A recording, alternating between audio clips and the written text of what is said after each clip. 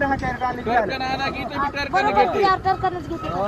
काय नाही बाबा. जाऊ द्या, पटतंय तेवढे अहो, घ्या. 50 रुपयाची बारका बघू नका, 50 रुपये रुपये कसं कसं आहे?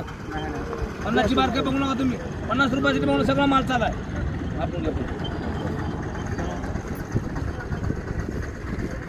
आणताना मीच मागितलं तेच जाऊ एवढं आपल्याला कळतं.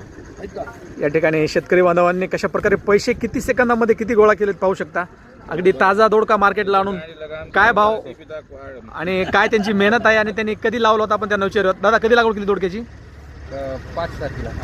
मागलच्या 5 तारखेला म्हणजे मेच्या 5 तारखेला. मेच्या 5 आता आज जून आहे. आज तुम्ही किती दोडक्याचे कॅरेट मार्केटला आणले होते? किती 7 केवढ्याला कॅरेट विकलं तुमचं एक? 750 रुपयाला 1500 रुपयाला 2 कॅरेट. या ठिकाणी शेतकरी बांधवांनी ताजा माल आणलेला आणि व्यापारी ताईंनी काकांनी आणि मामांनी घेतलेला या ठिकाणी पाहू शकता. कॅरेट जास्त बघायला घेत नाही. आजीचे पैसे पण आजी व्यापारी आहेत आपल्यासोबत. आजी सुद्धा पैसे द्यायला त्यांना आणि 2 कॅरेटची किंमत 1500 रुपये मोजून दोडक्याचे या ठिकाणी व्यापारासाठी त्यांनी खरेदी केलीत. तर ते काय भाव विकणार आपण त्यांना विचारूयात. आजी तुम्ही काय भाव विकता आता? 30 रुपये 30ला पाव 50ला अर्धा. मार्केटमध्ये जर ग्राहकांची गर्दी कमी आली 20ला बी द्यावं लागतं. नुकसान बी होतंय. म्हणजे व्यापारामध्ये पैसे भेटतात बी आणि येतात बी जातात बी. आपल्याबरोबर काका बी आहेत. आज आपल्या मार्केटमध्ये माणसं नाही आहेत तरी तुम्ही कॅरेट माल खरेदी केलाय. दुपारून जमतील, नुकसान होणार नाही. प्रत्येकाला आपलं नशीब आहे. प्रत्येकाला अशा अपेक्षा आहे. मेहनतीचं खाण्यासाठी प्रत्येकजण काम करतोय.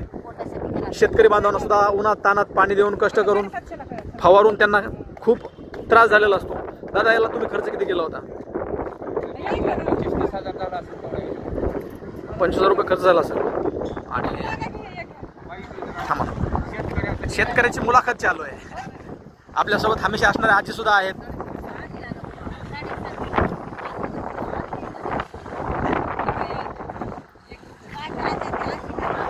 कोणत्या दोडक्याची तुम्ही लागवड केली होती दादा? या दोडक्याची अंकुरची केली होती. 7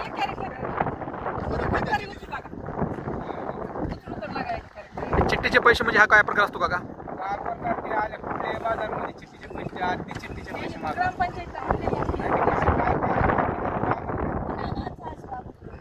मी आहे परळीच्या जवळचा. हां, माझं चॅनल आहे शेतकऱ्यांचं. मी शेतकरी बांधवांचे व्हिडिओ बनवत असतो आणि शेतकरी बांधवांचं दुःख आणि व्यथा दाखवत असतो, सुख बी दाखवत असतो, जेणेकरून व्यापारी खुश होते. आता पैसे देऊन गेले, शेतकरी बी खुश आहेत. तसं तुमचं पोट उदरनिर्वाह याच्यावर चालतो हे दाखवत असतो आजी.